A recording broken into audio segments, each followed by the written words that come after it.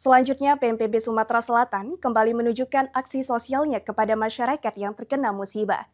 Kali ini, BNPB Sumsel memberikan bantuan tali kasih kepada keluarga almarhum Herianto, warga yang meninggal dunia setelah tenggelam di Sungai Musi.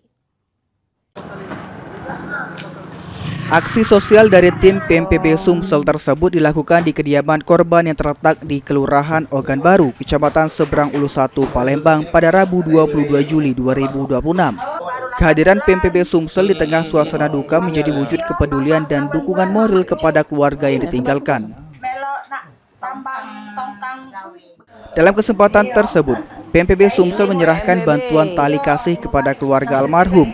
Bantuan yang diinisiasi oleh Ketua Umum BNPB Sumsel, M. Yusuf Malaya tersebut berupa uang tunai dan sembako. Bantuan tersebut diserahkan secara langsung oleh Wakil Ketua Umum BNPB Sumsel, Hilda, kepada pihak keluarga korban.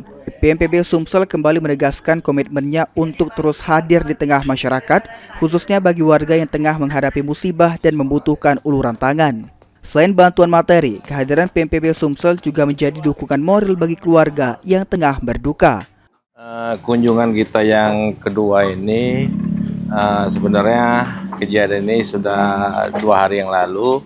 Ini korban tenggelam ABK yang kejadiannya di Sungai Musi atas nama Bapak Herianto. Bapak Herianto. Iya, karena kita kebetulan, bukan juga kebetulan, memang kita laporan ke Bapak Ketua Umum, Pak Emim Sumalaya.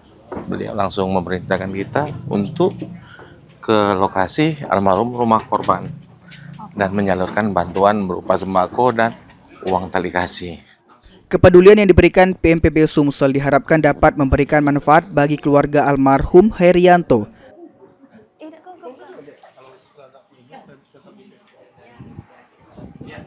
Muhammad Fikri, PAL TV.